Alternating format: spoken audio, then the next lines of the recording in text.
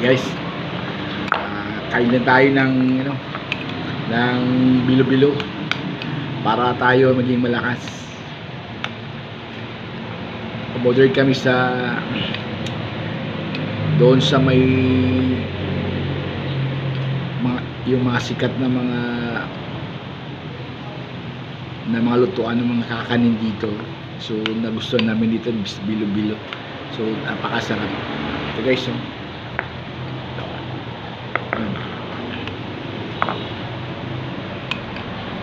kaso mainit pa, so hindi natin masubo kasi sobrang init, kaya kainin natin.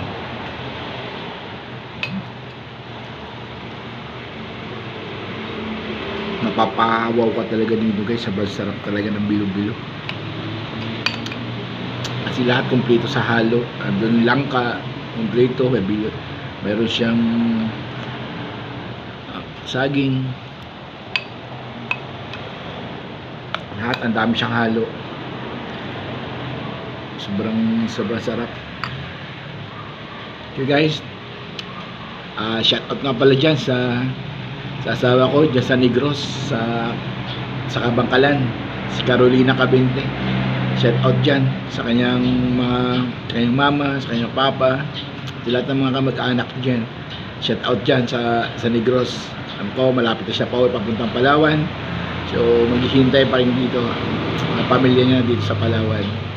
Kaya shout out thank you and God bless you to all.